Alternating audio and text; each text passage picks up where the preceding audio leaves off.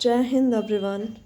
तो अभी ये एचएस का जो पेपर है हुआ हमारा 26 अप्रैल 2026 को, तो उसको एक बार रिव्यू एंड कैसे क्या चीज़ें मतलब एग्ज़ाम में क्वेश्चंस कैसे पूछे जाते हैं और एज अ बिगिनर उसको कैसे स्टार्ट कर सकता है एंड हिंदी मीडियम ऑल्सो, तो उसके बारे में पर देख लेते हैं कि कैसे क्या होती है चीज़ें। तो ये पेपर है मेरे पास 26 अप्रैल 2026 वाला डी सेट। तो भी स्टार्ट करते हैं कि मतलब कैसे क्या इंटरफेस होता है। इसमें इंस्ट्रक्शंस दी गई है कुछ। जब तक आपको यह परीक्षण पुस्तिका खोलने को ना कहा जाए तब तक ना खोलें। तो ये कोड वगैरह है इसका। इसमें इंस्ट्रक्शन ये दी गई है। पुस्तिका में पृष्ठों की संख्या, पुस्तिका में प्रश्नों की संख्या ये है। तो पृष्ठों की संख्या यानी कि पेजेस कितने टोटल 48 एंड प्रश्नों की संख्या कितनी है 100। और जो पूर्णांक यानी कि जो नंबर्स है मार्क्स है वो है 100 और टाइम है 2 घंटे का। कृपया नीचे दिए गए निर्देश ध्यानपूर्वक पढ़ें और दृढ़ता से उनका पालन करें। अनुदेश दिए गए आपको। परीक्षा प्रारंभ होने के तुरंत बाद आप इस परीक्षण पुस्तिका की पड़ताल अवश्य कर लें। ये बहुत ज़्यादा ज़रूरी है कि आपको इमीडिएटली जब आपको पेपर मिलता है तो उसे चेक कर ले कि कोई फटा इसमें कोई बिना छपा, फटा या छूटा हुआ पृष्ठ अथवा प्रश्नांश आदि ना हो। यदि ऐसा है तो इसे सही परीक्षण पुस्तिका से बदल लीजिए। नंबर 2, कृपया ध्यान रखें कि OMR उत्तर पत्रक में उचित स्थान पर रोल नंबर, परीक्षण पुस्तिका श्रृंखला कोड, ABCD या प्रश्न पुस्तिका क्रमांक को ध्यान से एवं बिना किसी चूक या विसंगति से भरने और कूटबद्ध करने की जिम्मेदारी उम्मीदवार की है।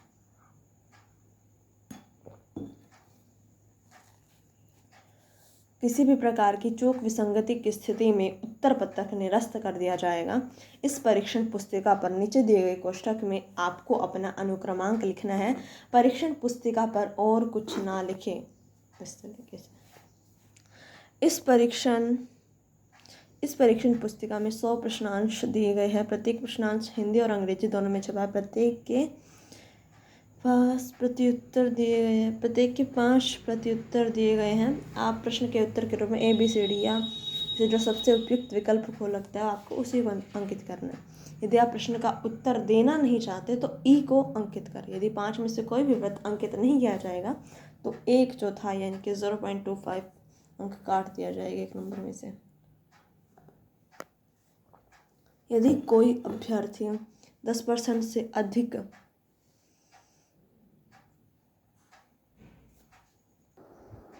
यदि कोई अभ्यर्थी 10% से अधिक प्रश्नों में 5 विकल्पों में से कोई भी विकल्प अंकित नहीं करता तो उसे अयोग्य माना जाएगा। यानी कि कोई भी वो सर्कल फिल नहीं करता है तो वो डिस्क्वालीफाई। सभी प्रश्नों के उत्तर देना अनिवार्य है। प्रत्येक प्रश्न का अंक एक समान अंक एक अंक का है। प्रत्येक गलत उत्तर के लिए चौथाई 0.5 अंक काटा जाएगा। सही के लिए 1 है, गलत के लिए 0.25। आपको अपने सभी प्रत्युत्तर अलग से दिए गए उत्तर पत्रक पर ही अंकित करना है। उत्तर पत्रक में दिए गए निर्देश देखिए। उत्तर पत्रक में उत्तर देने के लिए नीले और बॉल पॉइंट पेन का उपयोग करें। मतलब जो इंस्ट्रक्शन दिए गए ना आपको उसी के अकॉर्डिंग चीज़ें करनी है ना, खुद से कुछ मैं ऐड नहीं कर सकते। इससे पहले कि आप परीक्षण पुस्तिका के विभिन्न प्रश्नांशों के प्रत्युत्तर उत्तर पत्रक पर अंकित करना शुरू करें, आपको उत्तर पत्रक के साथ प्रेषित अनुदेशों के अनुसार कुछ विवरण उत्तर पत्रक में देने हैं। परीक्षा के समापन पर OMR पत्रक की मुख्य प्रति और कार्यालय ऑफिस प्रति दोनों पर्यवेक्षक को सौंप दे। आपको परीक्षा पुस्तिका के साथ OMR की पत्रिका OMR के अभ्यर्थी प्रति ले जाने की अनुमति है। कच्चे काम के लिए पत्रक परीक्षण पुस्तिका के अंत में संलग्न है। प्रश्नों के अनुवाद में किसी अस्पष्टता की स्थिति में अंग्रेजी संस्करण को ही अंतिम माना जाएगा। मतलब कि यार हर जगह जो अंग्रेजी भाषा का डोमिनेंस है कि आप उसमें भी इंग्लिश को ही मानेंगे फिर जो फाइनल आंसर। अरे ये थोड़ी बातें होती है। हिंदी का भी तो अपना अस्तित्व है यार, वो पहली भाषा हमारी मात्र। देखो यार अभी स्टार्ट करते हैं स्टार्टिंग नंबर 1 से। मतलब बेसिकली हमारा इस पेपर को करने का जो मेन चीज़ है कि भाई एक तो क्वेश्चन कैसे पूछे जा रहे हैं, कैन वी सोल्व इट, किस तरीके से क्या चीज़ें डिराइव हो रही हैं, और हमें कहाँ पर किस एरिया में बेटर करना है, जैसे सब्जेक्ट का सेग्रीगेशन करना है, टॉपिक्स कौन कौन से पूछे गए हैं, कितने और रिपीट, और वो हमें थोड़ा और PYQs करेंगे, उससे एनालिसिस से तब पता चल जाएगा।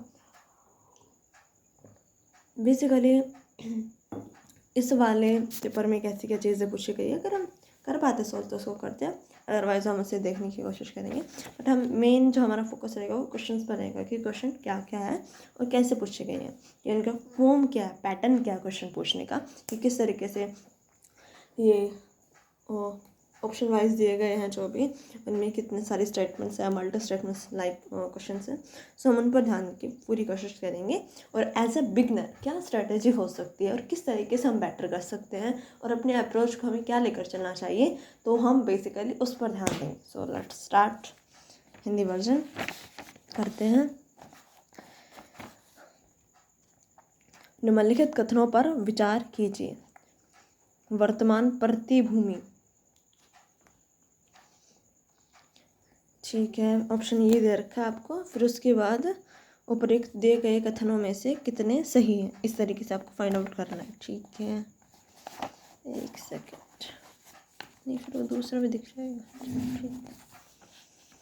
वर्तमान प्रतिभूमि 2 या 2 से अधिक कृषि वर्षों के लिए खेती के बिना रह गई। वर्तमान प्रतिभूमि के अलावा पिछले ये एक सकल बोया गया क्षेत्र, यानी कि मेन जो 3 आपके पास टर्म दी गई है उनका क्या मीनिंग है वो आपसे पूछा गया। वर्तमान प्रतिभूमि, प्रतिभूमि क्या होती है? चलो तेरे को जितना पता है तो उतना तो लेट्स ट्राई कर। प्रतिभूमि जो खाली छोड़ दी गई है, लेकिन मतलब मेरा ये है कि जो क्वेश्चन है ना उसको जस्ट हल्का हल्का ऐसा लगता है कि टच कर रखा है, लेकिन उसकी जो गहराई है, उसकी जो डेप्थ है, वो ऐसा लग रहा है कि अभी भी कहीं ना कहीं से मिसिंग सी है थोड़ी बहुत, कि वो चीज़ भी लैक है। तो मतलब वो है कि मेरे को सभी सब्जेक्ट्स का सभी हल्का हल्का थोड़ा बहुत तो कुछ ना कुछ तो पता है उसके बारे में, इस तरीके से मतलब चीज़ें चल रही हैं। सो मेन बात वो है। तो प्रतिभूमि क्या होती है, जैसे कुछ टाइम पीरियड के लिए खाली छोड़ दिया जाता है। मतलब पहले जब कोई जैसे नील की खेती होती थी ना, तो उस टाइम पे मतलब करते थे, मतलब बहुत ज़्यादा उस टाइम छोड़ दी खाली, तो उससे जो भूमि वगैरह है वो भी मतलब हो रहते थे, उसकी मिट्टी वगैरह मैदा वगैरह। तो चलो ये है 2 या 2 से अधिक कृषि वर्षों के लिए खेती के बिना रह गई, और वर्तमान प्रतिभूमि के अलावा पिछले 1 से 5 वर्षों के बिना खेती पर रह गई, यानी कि पहले क्या स्टेटमेंट थी उसकी, फिर बाद में किस तरीके से क्या स्टेटमेंट बन गई, ये है। फिर है सकल बोया गया क्षेत्र। सकल बोया गया क्षेत्र यानी कि टोटल बोया गया जो एरिया है, मैं जैसे जो समझ पा रही हूँ, एक कृषि वर्ष में 1 से अधिक बार बोया गया क्षेत्र और शुद्ध बोया गया क्षेत्र के योग को सकल बोया गया क्षेत्र में जाना जाता है। ठीक है,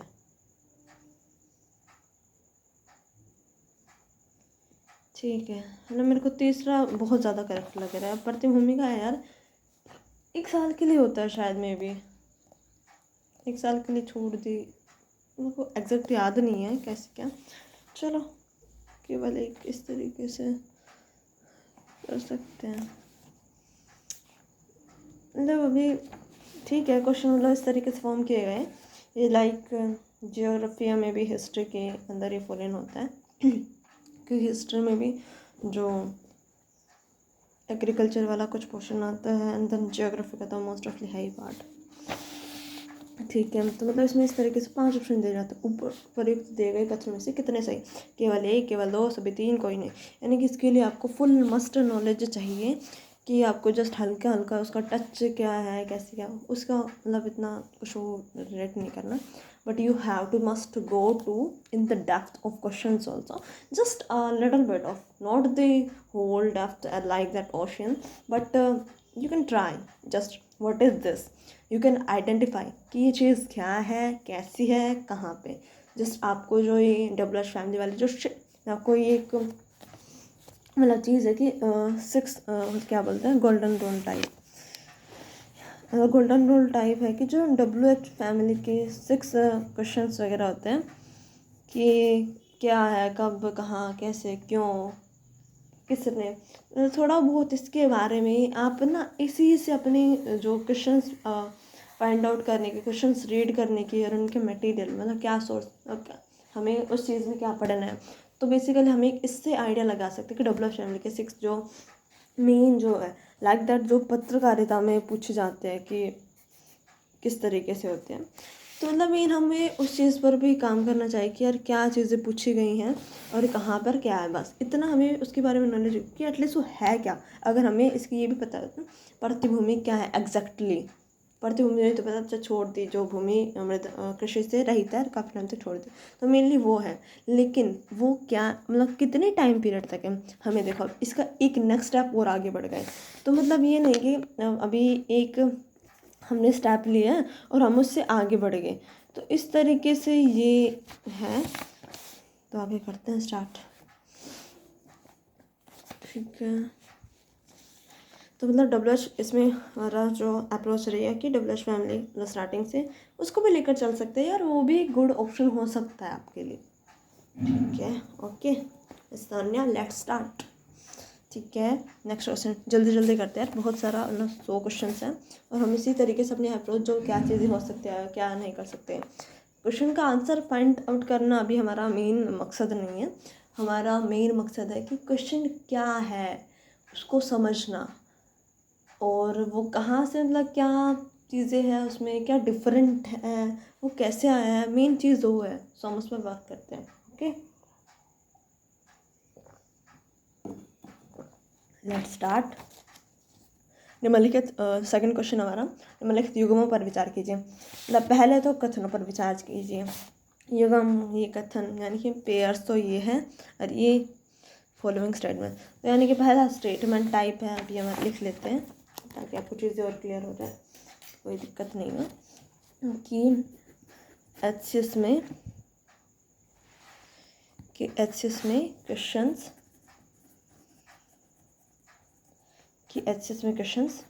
first type of that statements, ठीक है, और second type of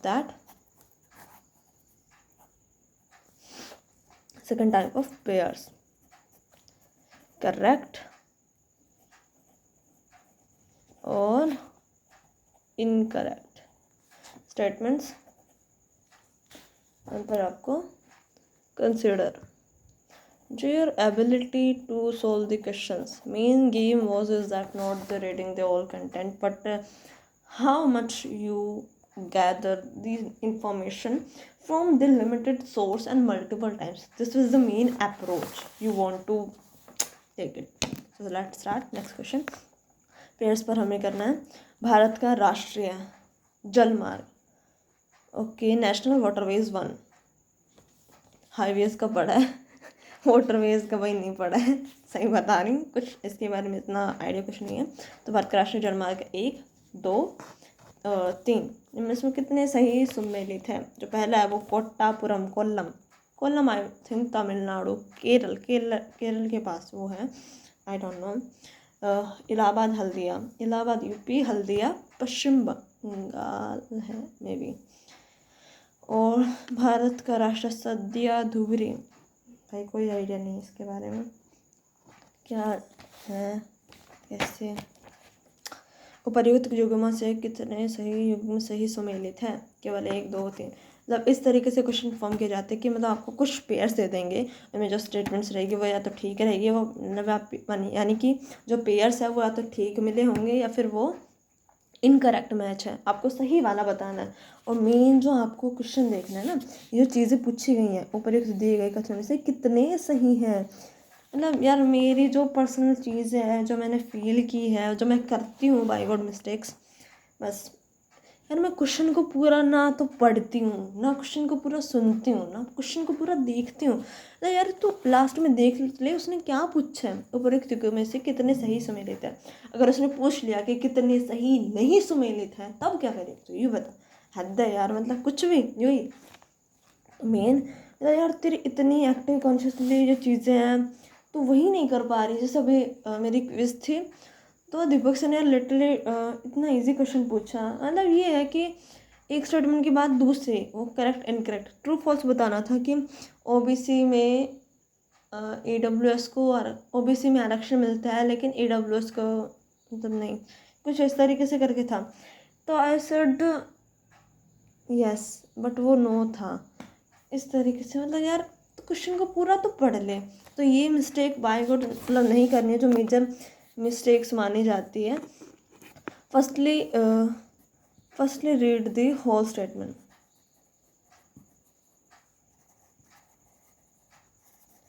firstly read the whole statement.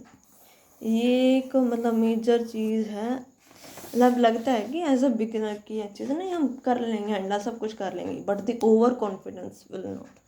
यार मतलब मेरा ये है कि मैं सामने वाले पर्सन की बात like that paper pen written and speech, पर यार मैं उनकी कुछ सामने वाले पर्सन की कुछ सुनती नहीं है। तो उनकी सुन तो ले भाई कि वो क्या कहना चाह रहे हैं, इसमें क्या पूछ रहा है, वो समझ तो ले। उपरोक्त युगों में से कितने युगों में सही सुमेलित है? तो 1 2 3 या कोई भी नहीं? आपको क्या लगता है, या आप उत्तर ही नहीं देना चाह रहे इसका? ठीक है यार, तो बस ये रूल आप सभी भी मतलब अपना कर सकते हैं। And I personally must to say you miss Tanya this thing कि यार इसको जल्दी से सुधार ले, क्योंकि तेरे इतना टाइम इसके ऊपर बर्बाद कर दिया है ऑलमोस्टली। तेरी बहुत सारी चीज़ें, तेरी क्विज में पार्टिसिपेशंस एंड चीज़ें कुछ हुई हैं, बट वो है कि कुछ आपकी गलतियाँ नहीं होती, मतलब ठीक है गलती है। Firstly you have to accept, the main thing was that accept, ठीक है ओके, बस उसको स्वीकार कर और उसमें सुधार कर। गलती नहीं होती, मतलब चीज़ें हार कुछ नहीं होती, बस वो आपको कुछ सिखाने के लिए आई है। तो अपना माइंड सेट वो चीज़ें चेंज कर and just you have to just firstly listen to the others, not the खुद की सारी भड़ास, खुद की सारी चीज़ें मत निकाल। ये तेरी बहुत ज़्यादा बड़ी गलती मिस्टेक है। इसी वजह से इस क्वेश्चन में चलो देखते हैं। तो पेपर में यही कई बार स्टूडेंट्स ना अप्रोच उनकी ही हो जाती है कि भाई हम इस तरीके से कर लेंगे, इस तरीके से। तो इस चीज़ को तो अवॉइड कर, और प्रैक्टिस से सब कुछ संभव है। लेट्स सी, नीचे 2 कथन दिए गए हैं, मतलब यार देखो, मतलब इस तरीके से भी आपको 2 स्टेटमेंट दी गई हैं, उनमें से कैसे क्या है। भारत के उत्तर पश्चिमी भागों में लंबे रेशम वाले अमेरिकी कपास को नरमा कहा जाता है।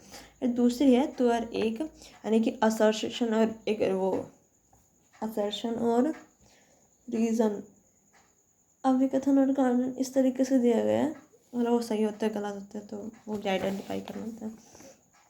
तुअर एक महत्वपूर्ण दाल है, को पीला चने के रूप में भी जाना जाता है, ठीक है। उपयुक्त कथनों के आलोक में नीचे दिए गए विकल्पों में से सही उत्तर चुनिए।